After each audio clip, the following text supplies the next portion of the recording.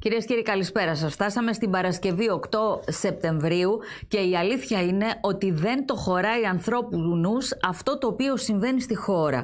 Έχουμε δει στο παρελθόν κάποιες περιοχές και πλημμύρες, αλλά αυτή η έκταση με 7 θύματα που διαβάζω λίγο νωρίτερα και με ανθρώπους να είναι εγκλωβισμένοι, να μην ξέρουμε ακριβώς τα θύματα, γιατί έχουν καλυφθεί ολόκληρες περιοχές από λάσπη, με ανθρώπους οι οποίοι είναι εγκλωβισμένοι, με παιδιά, με οικογένειες, με ηλικιωμένους, με γάλα που δεν υπάρχει, με νερό που δεν υπάρχει. Πραγματικά η κατάσταση αισθανόμαστε ότι έχει ξεφύγει και υπάρχει πολύ μεγάλη αγωνία, άγχος και στεναχώρια από όλους μας για όσα συμβαίνουν δίπλα μας. Όλα αυτά βεβαίως μας κάνουν, η ζωή έχει θετικά και αρνητικά, ξέρετε πόσο το υποστηρίζει η εκπομπή αυτή αυτό. Εκεί που υπάρχει δυστυχία δίπλα υπάρχει μια γέννηση, δίπλα υπάρχει μια χαρά, αλλά δεν μπορούμε να μην είμαστε στραμμένοι σε αυτό που συμβαίνει αυτή τη στιγμή στη μισή χώρα. Η κακοκαιρία Ντάνιελ ήρθε και μας καθάρισε στην κυριολεξία. Υπάρχει συναγερμός αυτή την ώρα για υπερχείληση του ποινιού, στα 9,5 μέτρα η στάθμη του και φοβούνται για τις εργατικές κατοικίες. Ήδη μαθαίνω, γιατί όλα αυτά αλλάζουν από λεπτό σε λεπτό, ότι άρχισαν οι εκενώσεις. Ήδη εκενώνονται 3 χωριά έξω από τη Λάρισα, πλημμύρισαν σπίτια από τον φουσκωμένο ποινιό. Υπάρχει κάλεσμα να εκενωθούν Φαλάνη, Δασοχώρη και Κουλούρη, το οποίο απευθύνει ο Δήμος Λαρισαίων. Τα σπίτια ξεκίνησαν να πλημμυρίζουν τα ξημερώματα. Στο μεταξύ βούλιαξαν τα Τρίκαλα, συγκλονιστικές εικόνες διάσωσης παιδιών και ηλικιωμένων στα μεγάλα καλύβια. Μιλάμε για μια απέραντη λίμνη με λασπόνερα που έχει γίνει όλη η περιοχή. Επιχειρούν στρατός, δυνάμεις της πυροσβεστικής και ιδιώτες. Βεβαίως, αγωνία υπάρχει πολύ μεγάλη και για τους αγνοούμενους και το τι θα αποκαλυφθεί κάτω από τις λάσπες. Όπως σας έλεγα νωρίτερα, οι νεκροί έχουν ανέλθει στους 7 από τις πλημμύρες στη Θεσσαλία και ακόμη ένα θύμα έχει εντοπιστεί στο Βόλο. Η κατάσταση επιδεινώνεται από τη διάσπαση των δυνάμεων, καθώς επιχειρούν ουσιαστικά σε ολόκληρη τη Θεσσαλία. Μιλάμε για Βόλο, Λάρισα, Καρδίτσα και Τρίκαλα. Την ίδια ώρα σοκάρουν τα δορυφορικά δεδομένα, σχηματίστηκαν τεράστιες λίμνες στη Θεσσαλία. Μιλάμε για 720.000 στρέμματα κάτω από το νερό. Το μεγαλύτερο μέρος των νομών Τρικάλων και Καρδίτσας έχει κατακλειστεί από τα νερά χυμάρων και παραποτάμων του ποινιού.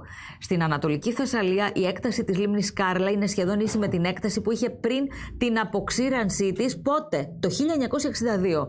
Ο χάρτης με τα δορυφορικά δεδομένα που επεξεργάστηκε το Εθνικό Αστεροσκοπείο Αθηνών, μετεο.gr, δείχνει με γαλάζιο χρώμα, τα βλέπετε, τις περιοχές της Θεσσαλίας, αυτός είναι ο χάρτης, που από χθες βρίσκονται πραγματικά σε κατάσταση έκτακτης ανάγκης. Στη Λάρισα τώρα είναι ο Κυριάκος Μητσοτάκης, πέταξε πάνω από τις πληγείσες περιοχές νωρίτερα. Στη συνέχεια μετέβη στο συντονιστικό κέντρο που έχει στηθεί στην περιφέρεια Θεσσαλίας και όπου από χθες βρίσκονται 5 υπουργοί και υφυπουργοί στο πλαίσιο της επιχείρησης Δάρδανος. Δεν έχω τι να πω σε σχέση με όλα αυτά, κυρίες και κύριοι. Οι εξελίξεις είναι τρομακτικές και η μία διαδέχεται την άλλη, το ένα γεγονός διαδέχεται το άλλο. Για οτιδήποτε νεότερο θα σας ενημερώσουμε.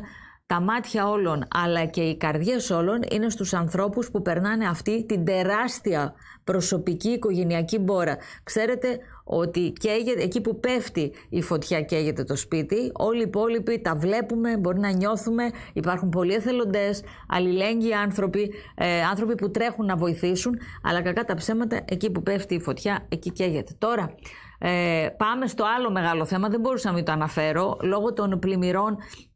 Έχει περάσει σε δεύτερη μοίρα, για μένα όμως είναι πρώτης κατηγορίας θέμα, το έγκλημα στον Πειραιά. Στο εγκληματολογικό είναι το μαύρο κουτί του Blue Horizon, το σύστημα καταγραφής ταξιδιού, έτσι είναι, VDR, το οποίο είναι εγκατεστημένο στη γέφυρα του πλοίου και σε αυτό εμπεριέχονται συνομιλίες, ενδοεπικοινωνίες μέσω VHF και άλλες κρίσιμες πληροφορίες και εκτιμάται ότι η εξαγωγή των δεδομένων θα φωτίσει κέρυες πτυχές αυτής της τρομερής υπόθεσης που έχει συγκλονίσει το Πανελλήνιο.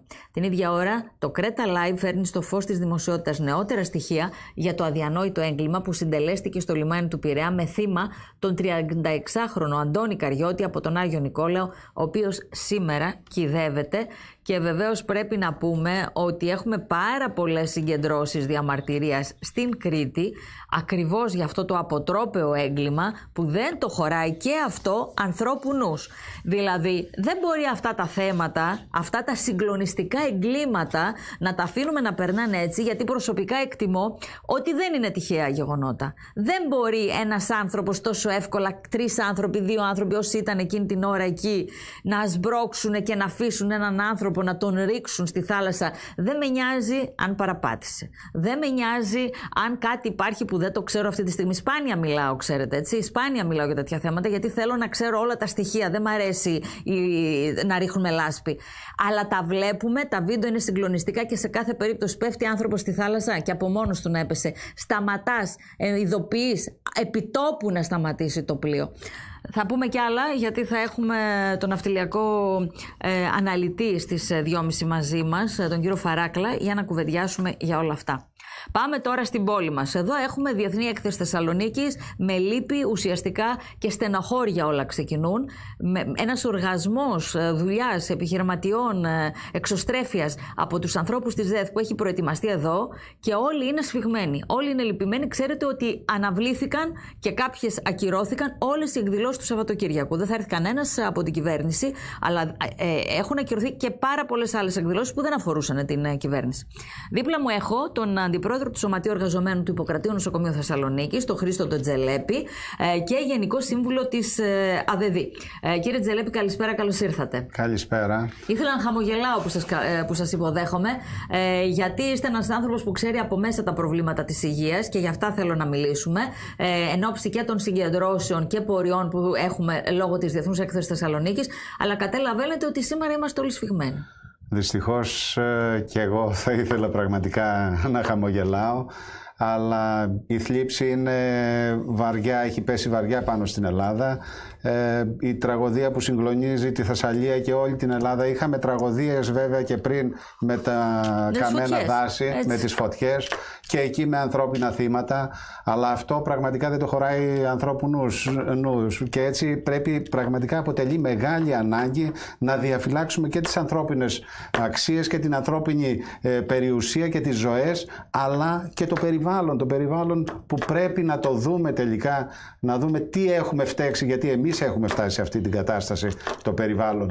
Όλοι μας είμαστε συνυπεύθυνοι στην κατάσταση αυτή. Η κλιματική αλλαγή δεν ήρθε μόνη της και πρέπει να το δούμε και να ξαναπάρουμε τα πράγματα από την αρχή για όλη τη συμπεριφορά μας. Κύριε Τζελέπη, επειδή είστε ένας άνθρωπος, είστε χρόνια συνδικαλιστής, μιλάτε βεβαίως με αφορμή και αιτία και επικεντρώνετε στα προβλήματα της υγείας, αλλά έρχεστε σε επαφή με πάρα πολύ κόσμο και κυρίως έρχεστε σε επαφή με δημοσιογράφους, όπου υπάρχει αυτή η δημοσιοποίηση, η εξωστρέφεια κλπ.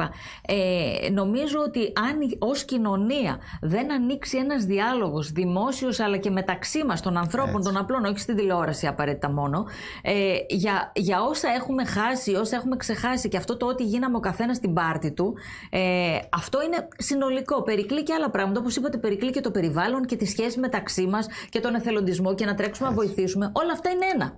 Όλα αυτά είναι πραγματικά ένα. Δεν πρέπει να αρχίσουμε πάλι να ξαναρχόμαστε σε αυτά που ήταν, να μπορούμε μεταξύ μας να συζητάμε, να μην κλειστούμε πάλι στην εσωστρέφειά μας και ο καθένας για τον εαυτό του. Αν δεν βγούμε προς τα έξω, δεν μπορούμε να δούμε. Αυτές οι εικόνες που βλέπουμε τώρα είναι πραγματικά θλιβερές. Όλα αυτά πρέπει να τα δούμε και να ξαναπρογραμματίσουμε τον εαυτό μας, να δούμε πού βρισκόμαστε τελικά. Αυτό που λέτε, να ξαναπρογραμματίσουμε τον εαυτό μας. Πάμε λίγο στην υγεία, που είναι ένα κεφαλαιώδες κομμάτι στη ζωή μας, ένας τομέας που πάσχει πάρα πολύ η χώρα, και βεβαίως εσείς τα ζείτε από μέσα. Εγώ θα σταθώ σε ένα θέμα που πολλές φορές μου το καταγγέλνουν εδώ στην εκπομπή, το γεγονός των χειρουργείων και της τεράστιας αναμονής. Χειρουργεία που κάτω από άλλες συνθήκες θα έπρεπε να γίνουν πάρα πολύ άμεσα για άτομα που δεν έχουν τη δυνατότητα να απευθυνθούν επενδύουν στον ιδιωτικό τομέα, για τις πολύ μεγάλες ελλείψεις, για την πολύ μεγάλη παρακαταθήκη που άφησε στο μυαλό όλων μας η πανδημία για το πόσο σημαντικό είναι να στηριχθεί το ΕΣΥ, και βεβαίως για την απόφαση της κυβέρνησης, είναι από τις προτεραιότητες όπως λέει, η ενίσχυση του ΕΣΥ. Αλλά ακούσαμε πολλές εξαγγελίες πολλά χρόνια, ακούμε, πράξη δεν βλέπουμε. Εσείς είχατε σήμερα μια συγκέντρωση, μια πορεία για την κατάσταση του συστήματος υγείας. Πείτε μας λίγο για αυτή την πορεία και θα πάμε μετά στην ουσία. Έτσι, σήμερα εμείς συνεχίζουμε την πορεία αυτό που κάνουμε κάθε χρόνο στην παραμονή της έκθεσης. Ουσιαστικά είναι το αποκορύφωμα όλων αυτών των συγκεντρώσεων και όλων αυτών των διαδικασιών που κάνουμε όλο το προηγούμενο χρονικό διάστημα, και έτσι έχουμε μια πορεία σωτηρίας του Εθνικού Συστήματος Υγείας, γιατί το Εθνικό Σύστημα Υγείας, άσχετα αν όλα αυτά τα χρόνια στην περίοδο του κορονοϊού στάθηκε δίπλα, και όπως σαν δημόσιο σύστημα στάθηκε δίπλα, εμείς σήμερα κάναμε αυτή την συγκέντρωση και πορεία για τη σωτηρία του Εθνικού Συστήματος Υγείας. Ήταν πορεία και συγκέντρωση όλων των εργαζομένων από τα δημόσια νοσοκομεία και γενικώς από την υγεία, προσπαθώντας να ευαισθητοποιήσουμε γενικώς τους πολίτες όλους ότι δεν είναι ένα θέμα. Αν θέλετε λίγο το ρολόι σας, γιατί κάνει τάκ. Ναι, ευχαριστώ πολύ, για να ακούει ο κόσμος καλά. Δεν είναι μόνο το θέμα των εργαζομένων, αλλά είναι ένα θέμα που πρέπει, όπως λέγαμε και πριν, πρέπει να δούμε και να προσπαθήσουμε όλοι μαζί για το καλύτερο. Γιατί εμείς δεν προσπαθούμε μόνο για τους εργαζόμενους, εμείς θέλουμε οι ασθενείς, γιατί και εμείς εν δυνάμει ασθενείς είμαστε, θα προσέλθουμε στα νοσοκομεία όταν χρειαστούμε. Είναι ειδική περίπτωση που εσείς και για τον εαυτό σας να προσπαθούσατε, ο αντίκτυπος του να είστε καλύτερα οι εργαζόμενοι, να είναι καλύτερα οι εργαζόμενοι στα νοσοκομεία, οι γιατροί, οι νοσηλευτές, όλο το προσωπικό, θα έχει αντίκτυπο στην κοινωνία. Είναι αλληλένδετα αυτά, δεν γίνεται διαφορετικά. Δεν θέλω να πάω να συνδέσω και το προηγούμενο θέμα και να πω ότι όπως στην πανδημία, έτσι και σε αυτά τα θέματα που είδαμε το καλοκαίρι με τους φωτιές, και τώρα που βλέπουμε στην τραγική κατάσταση αυτή, ο δημόσιος τομέας είναι αυτός που στηρίζει και στήριξε όλη την κατάσταση, όλες αυτές τις περιπτώσεις που συμβαίνουν. Κατά ψέματα, σε περιπτώσεις έκτακτης ανάγκης, μόνο ο δημόσιος τομέας μπορεί να στηρίξει. Μόνο ο δημόσιος τομέας, και φυσικά και οι θελοντικές ομάδες και όλοι αυτοί, αλλά αν δεν υπάρχει ο συντονισμός και η ενίσχυση, γι' αυτό πασχίζουμε για την ενίσχυση του δημόσιου τομέα, του Εθνικού Συστήματος Υγείας, που τόσα έχει προσφέρει στην κοινωνία. Τώρα αυτή τη στιγμή, κύριε Τζελέπη, εντάξει, είναι καθιερωμένη και η συγκέντρωση αύριο στις 6, ΓΕΣΕΑ δηλαδή, έτσι στο άγαλμα του Βενιζέλου, μια συγκέντρωση χωρίς τον Πρωθυπουργό. Είναι η πρώτη φορά εδώ και πολλά χρόνια που δεν θα είναι ο Πρωθυπουργός στην πόλη και θα γίνει νομίζω να ξανάγινε αυτό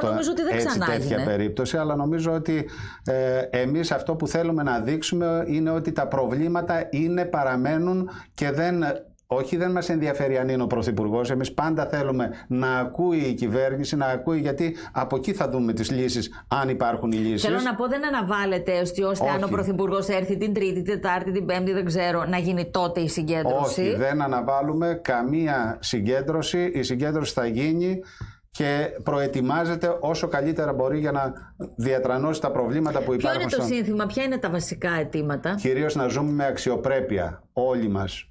Όλοι στον δημόσιο τομέα, και από εκεί και πέρα και όλοι στην Ελλάδα. Η αξιοπρέπεια έρχεται με καλύτερες συνθήκες υγείας, η αξιοπρέπεια έρχεται με καλύτερους μισθούς σε όλους τους εργαζόμενους, και στο δημόσιο τομέα βέβαια, εκεί που μιλάμε, τα 13 χρόνια τελευταία η μόνη αύξηση που θα πάρουν όλοι οι δημόσιοι υπάλληλοι είναι τα 50 ευρώ, τα 70 ευρώ που έχει πει ο Πρωθυπουργός, και θα τα πάρουμε από 1η του 24.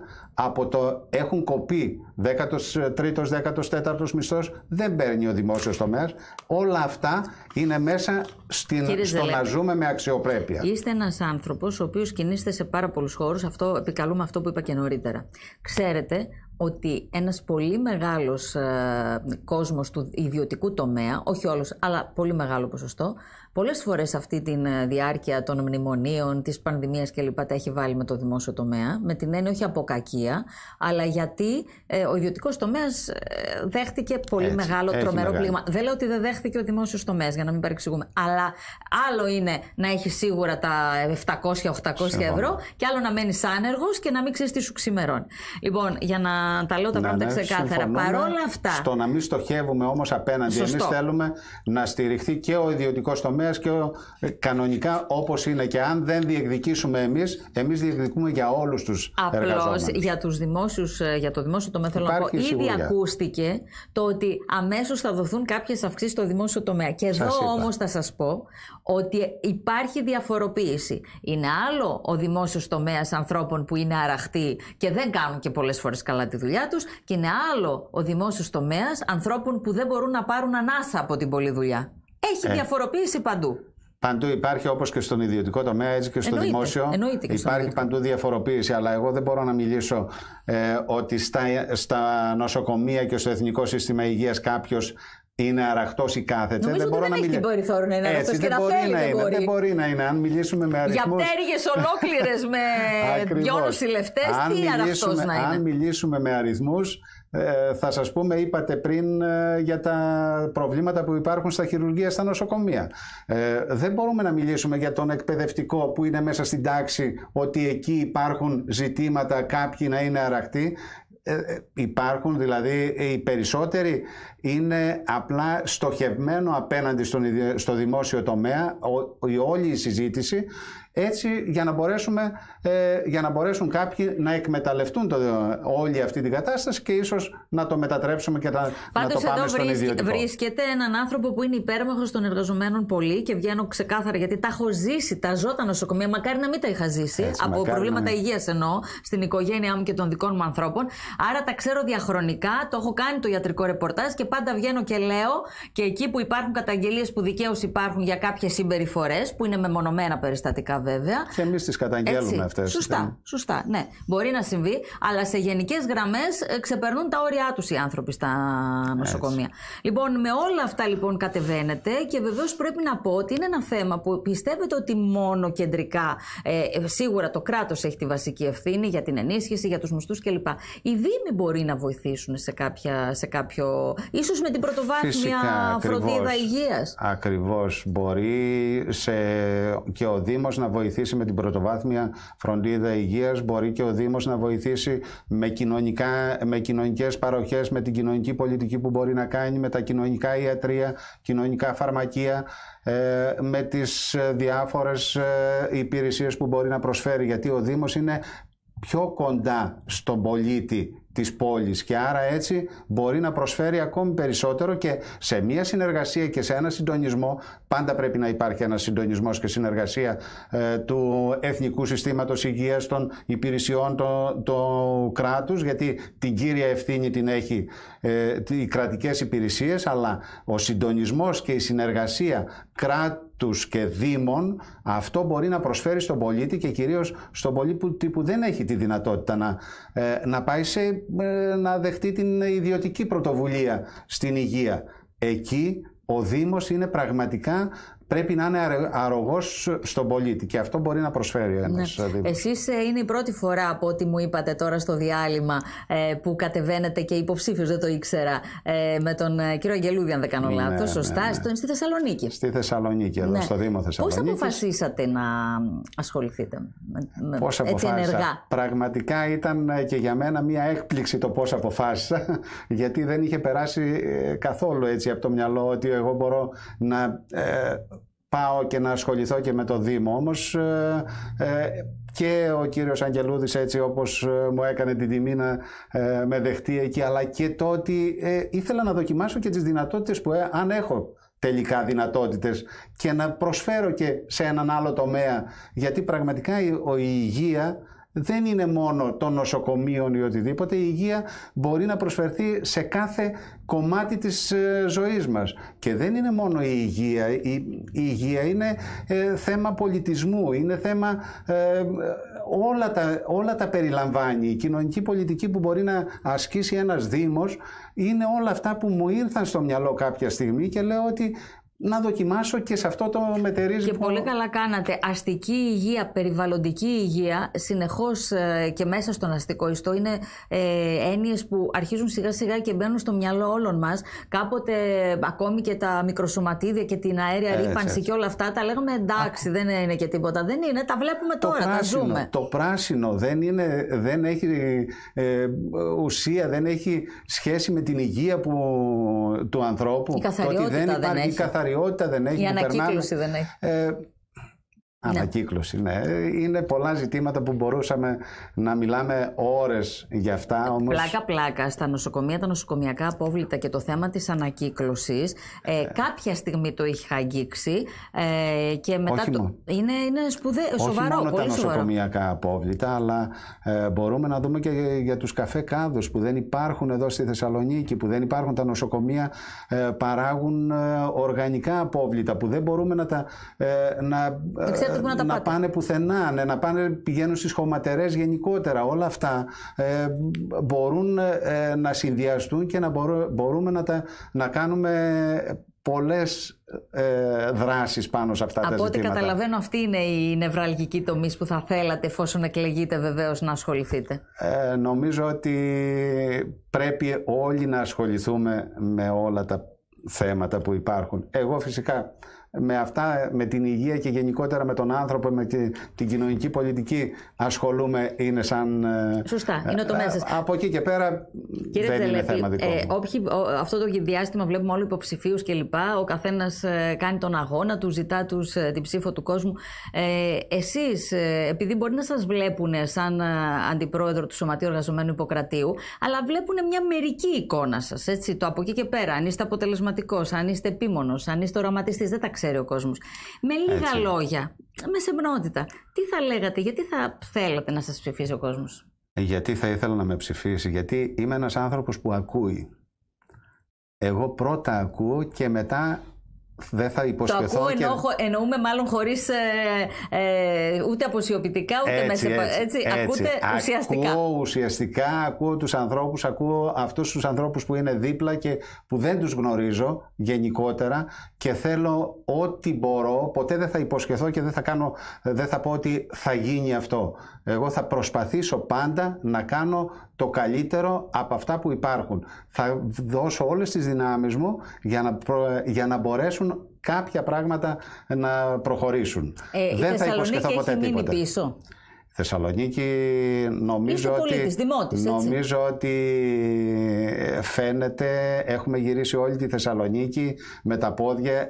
Εγώ έχω 40 χρόνια και στη Θεσσαλονίκη, δεν γεννήθηκα εδώ. Αλλά είστε από τότε που ήρθα, σας? Είναι Κατερίνη, Πιερία. Εντάξει, κοντά είμαστε. Ναι, ακριβώς. Από τότε όμως που ήρθα εδώ σαν φοιτητής, έμεινα και έχω περπατήσει πάρα πολύ. Τελειώσει, φοιτητής? Έχω τελειώσει τα ΤΕΗ, είμαι τεχνολόγος τροφίμων και είμαι και προϊστάμενος στο τμήμα διατροφής στο Ιπποκράτιο. Πολύ ενδιαφέρον αυτό. Είδατε, αυτή την ιδιότητά σας δεν την ήξερα για να σας κάνω ερωτήσεις. Ακριβώς. Οπότε όλο αυτό το κομμάτι έχω περπατήσει τη Θεσσαλονίκη και σαν φοιτητής και γενικότερα. Άρα περάσατε πολλές δημαρχίες. Από όσες περάσατε που βλέπατε την πόλη, υπήρξαν κάποιες που λέγατε ότι εδώ κάτι άλλαξε προς το καλύτερο? Εντάξει, υπήρχαν πάντα κάποιες προσπάθειες καλές και ό,τι υπάρχει καλό δεν μπορεί κάποιος πρέπει να προχωρήσει από εκεί που παραλαμβάνει, να προχωρήσει για το καλύτερο. Δεν μπορεί να αφήσει και να πει τα πάντα μπορούμε να πούμε ότι η καθαριότητα δεν έχει προχωρήσει, έχει πάει πάρα πολύ πίσω. Μπορούμε να πούμε ότι επειδή κατέβαινα και στην Αθήνα πολλές φορές με τα συνδικαλιστικά μου, έβλεπα μάλλον αστέγους, έβλεπα διάφορους ανθρώπους και εδώ δεν έβλεπα. Όμως τώρα το τελευταίο χρόνια έχουμε και εδώ πολλούς αστέγους και εδώ πάει η κοινωνική πολιτική. Δηλαδή είναι ένα κομμάτι που από όπου και να το πιάσουμε μπορεί να προσφέρει ο άνθρωπος που θέλει να ασχοληθεί με όλα αυτά τα πράγματα. Υπάρχουν πολλά που πρέπει να βελτιωθούν. Για όλα αυτά τα αιτήματα προφανώς ως συνδικαλιστής είστε από τους ανθρώπους που είστε ικανός να βγει στον δρόμο, να ξεσηκώσει κόσμο, έτσι, να ξεσηκώσει φίλους, φίλες για να τους πει τι κάνετε. Έτσι. Πρέπει να το διεκδικήσουμε αυτό. Πρέπει να βγούμε όλοι στον δρόμο. Πρέπει να βγούμε να γίνουμε πολίτες στην κοινωνία εδώ που ζούμε, να διεκδικήσουμε. Την προηγούμενη Κυριακή ήμουνα κάπου απέναντι από πρωί στο Λευκό Πύργο και έβλεπα το τι γίνεται πρωί με τα σκουπίδια και με όλα αυτά. Και περνάει ένας γιατρός, ένας διευθυντής από το νοσοκομείο και μου λέει με το σκυλί του έτσι, λέει, ξέρεις Χρήστο, περπατώντας εδώ είδα τέτοια σκουπίδια στα καλάθια και αυτά και μάζευα εγώ ίδιος τα σκουπίδια. Δηλαδή πρέπει οι ίδιοι να μπορούμε να συμμετέχουμε σε αυτό, να μην συμμετέχουμε στο να γίνεται χειρότερο, να συμμετέχουμε στο να μπορέσουμε να τα λύσουμε αυτά και να είμαστε το παράδειγμα για όλα αυτά. Αν λοιπόν κυρίες και κύριοι βλέπετε ότι ο Χρήστος ο Τζελέπης σας πείθει με αυτά που λέει, δεν έχετε παρά να το ψηφίσετε στις επερχόμενες δημοτικές εκλογές. Εγώ θέλω να σας ευχαριστήσω πολύ. Καλή επιτυχία σας. Ευχαριστώ πάρα πολύ. Να είστε καλά. Αν και ήρθαμε για άλλα ζητήματα. Εντάξει, δεν πειράζει, το αναφέραμε. Αύριο για ΣΕΑ ΔΕΔΗ στις 6 το απόγευμα στο Άγαλμα του Βενιζέλου είναι συγκέντρωση. Έτσι ακριβώς. Σας ευχαριστώ θερμά. Να είστε καλά. Ευχαριστώ. Και εμείς κυρίες και κύριοι θα πάμε διάλειμμα. Όταν επιστρέψουμε θα είναι μαζί μας ο Χρήστος Θανάσενας. Θα παραμείνουμε σε αυτοδιοικητικές εκλογές. Είναι δημοσιογράφος, ραδιοφωνικός παραγωγός.